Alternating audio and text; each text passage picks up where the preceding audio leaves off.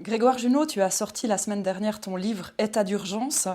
Ma première question n'est pas de savoir pourquoi tu as écrit ce livre, mais pour qui? C'est une bonne question. D'abord en partie pour moi. C'est vrai parce que j'ai ressenti aussi le besoin et l'envie d'écrire après les élections fédérales, à un moment où il me semble que pas mal de questions se posaient pour notre famille politique. Les partis socialistes a vécu quand même sa pire élection de toute son histoire. Il y a bien sûr des raisons qui permettent de modérer cette défaite, de l'expliquer aussi en partie. Il n'empêche que c'est le plus mauvais score du Parti socialiste de toute son histoire, à un moment où la gauche n'a jamais été aussi forte. Et j'ai eu l'impression tout d'un coup que finalement, notre famille politique, celle pour laquelle je me suis engagé il y a maintenant 25 ans en politique, était finalement un petit peu hors de l'histoire, comme si tout d'un coup, l'histoire aujourd'hui s'écrivait sans nous. Et puis ça fait aussi écho bien sûr à ce qui se passe ailleurs en Europe, où le Parti socialiste est aussi partout quand même en difficulté. Donc j'ai eu l'envie d'écrire, et quand je dis pour moi, c'est aussi parce que le fait de mettre des idées à plat, le fait d'essayer, disons, d'écrire les choses, formaliser un peu sa pensée, c'était aussi un besoin que je ressentais. Et puis aussi, bien sûr, pour toutes celles et tous ceux que ça intéresse, dans ma famille politique, dans la famille socialiste, à gauche, mais de manière plus générale, toutes celles et tous ceux qui s'intéressent à la politique en Suisse et à la ville. Pas forcément pour les Lausannoises et les Lausannois, alors. Bien sûr aussi pour les Lausannoises et les Lausannois. Après, les livres politiques, ils intéressent quand même souvent un public qui s'intéresse aussi un peu à la politique quand même. C'est pas un ouvrage grand public, c'est pas un roman, c'est pas un thriller, c'est quand même un ouvrage qui parle de socialisme un peu, d'écologie, même si c'est pas un essai en tant que tel, aussi de mon parcours politique, de la relation aussi entre l'action et la pensée, et les projets qu'on porte. Pour moi, c'était aussi un des objectifs du livre, c'était d'essayer de mettre en adéquation finalement nos objectifs, ce pourquoi on s'engage en politique et puis ce qu'on y fait. Parce que je pense que cet écart qu'il y a parfois entre le discours et entre les actes, ici aussi un peu la relation de confiance qu'on peut avoir avec les citoyennes et citoyens, et qu'il y a une nécessité aussi d'écrire avec sincérité aussi sur ce qu'on est en mesure de faire par rapport aussi aux valeurs qu'on porte. J'y vois de façon très forte dans ton livre, comme fil rouge, ton engagement, mais évidemment surtout des liens. Les liens entre tes projets, comme on arrive comme des arrêts sur image, des liens aussi entre ta vie politique et personnelle, puis les liens indissociables que tu cherches toujours à tisser entre tes valeurs et tes actions. Et puis tout à coup arrive le Covid, cette crise climatique, la grève de 2019, et comment nous, socialistes, on va pouvoir tisser des liens avec ces crises multiples et sanitaires et climatiques. Alors bon, moi j'ai décidé vraiment d'écrire ce livre et de démarrer le projet avec un ami qui a d'ailleurs aussi fait un interview à la fin du livre, Frédéric Mamaïs, au mois de janvier. Il se trouve que c'était pendant les Jeux de la Jeunesse, dans une période d'euphorie incroyable pour Lausanne. Et c'était le jour aussi où 10 000 manifestantes et manifestants étaient dans la rue à Lausanne avec Greta Thunberg pour la grève pour le climat.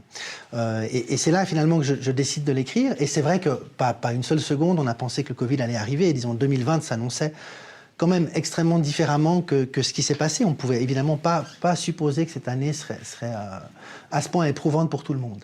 Et de ce point de vue-là, le livre, il a aussi suivi un peu cette crise du Covid, parce qu'elle n'était pas prévue. Moi, je pensais parler dans ce livre notamment sur les questions de décroissance de la crise des années 90, parce que celle-là, je l'ai bien connue. C'est le moment où je me suis engagé en politique. Alors j'ai eu la chance d'arriver sur le marché du travail juste après, en 2001. J'étais étudiant durant les années 90, mais enfin j'ai quand même un souvenir très fort de ce que ça a été, à la fois évidemment en termes de chômage, en termes de catastrophes sociales vraiment fortes, et puis en termes aussi d'années de plomb du point de vue politique. Dans le canton de Vaud, c'était les années de Charles Favre, il n'y avait pas de projet. Il s'en est fallu peu à l'époque que le Conseil d'État décide d'enterrer le projet de M2, dont aujourd'hui tout le monde se félicite. Disons, ce serait inimaginable aujourd'hui, mais c'était une période noire à tout point de vue, quoi. Sur le plan politique pour la gauche, c'était la période du néolibéralisme et aussi de la tentative dans notre famille politique chez les socialistes d'un virage libéral fort que Moritz Leuenberger a incarné à l'époque comme conseiller fédéral. Et puis, sur le plan de la gestion du canton, c'était vraiment la droite pas la droite dure au sens libéral, mais une droite extrêmement conservatrice, avec des programmes d'économie très, très sévères et très inefficaces, et finalement un canton qui était incapable de se penser un avenir et un projet. Donc j'ai pensé à écrire là-dessus en disant finalement la décroissance, moi j'y crois pas, parce que c'est aussi le retour à une forme de dépression.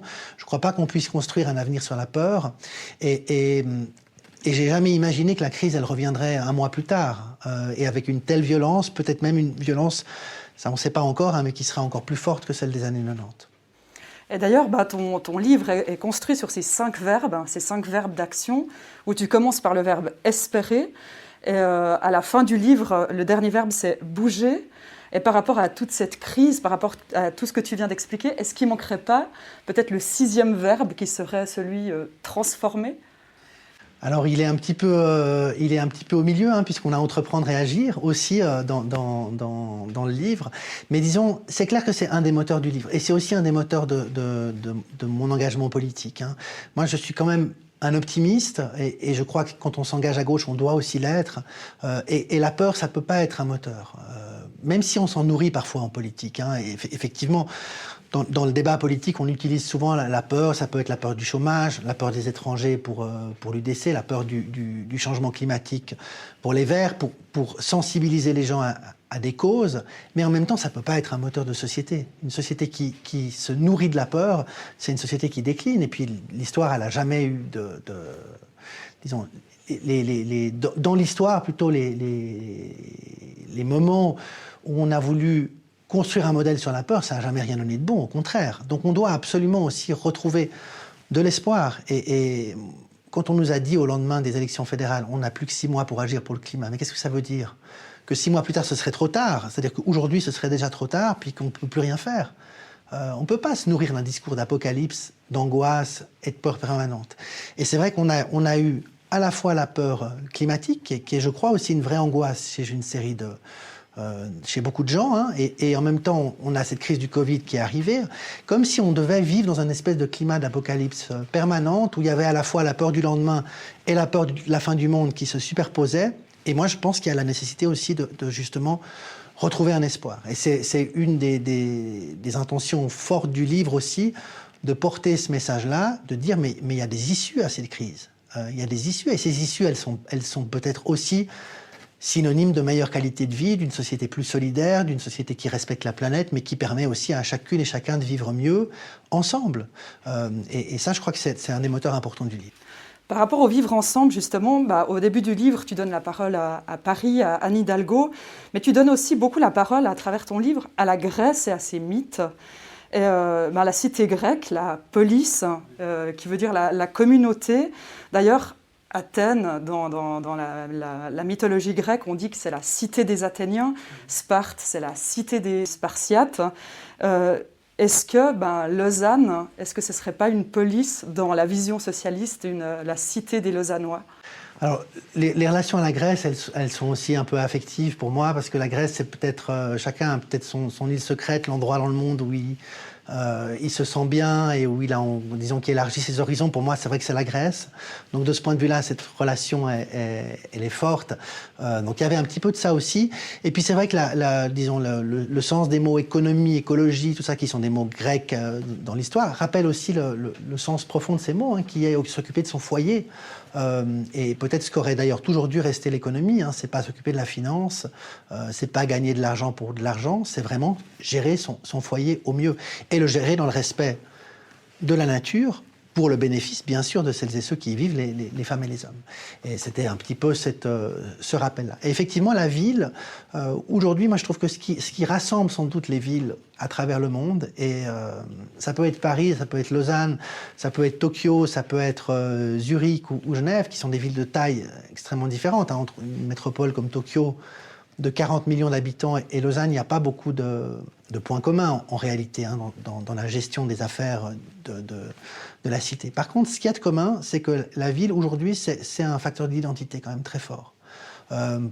Pour beaucoup de gens, je crois. Moi, je sais que je me sens d'abord lausannois. Et beaucoup d'étrangers qui sont à Lausanne ici, qui ont des racines multiples, qui sont parfois naturalisés, parfois pas, mais qui ont aussi leur pays d'origine. la ville, c'est un point d'ancrage, c'est un point d'attache. Et on est souvent fier de sa ville, hein. On a son club de football, on a son club de hockey, on a ses institutions culturelles, on a toute une série de marqueurs dans une ville, finalement, qui sont importants. Et ça, je pense que c'est un point commun à toutes les villes. Et c'est pour ça que la ville est aussi une bonne échelle pour construire des projets politiques, parce qu'autour d'une ville, il se crée aussi une communauté. Et pour terminer, je vais te poser 4 courtes questions. La première, si tu étais une rue lausannoise. Laquelle je serais? C'est une bonne question. On va dire l'avenue de France, puisqu'on parle de Paris. C'est aussi un horizon, et puis j'y ai passé pas mal d'années aussi. À quelle époque tu retournerais voir à quoi ressemble Lausanne? Alors, disons dans 30 ans. Si j'y suis, mais je risque d'y être encore, mais je retournerai volontiers dans 30 ans. Le projet que tu rêves de faire passer au conseil communal? Le réaménagement de la place de la Riponne. Et en 2030, Lausanne sera une ville encore plus belle qu'aujourd'hui, sans voiture à essence, puisque c'est un objectif aussi qu'on a pris, mais une ville où il fait bon vivre, où beaucoup des projets qu'on porte aujourd'hui auront pu se réaliser, et qui sera à la fois une ville plus respectueuse de la planète, mais aussi une ville qui aura su rester une ville hospitalière pour ses habitantes et habitants, parce que je pense que c'est le gros enjeu aujourd'hui qui attend les villes. Merci beaucoup.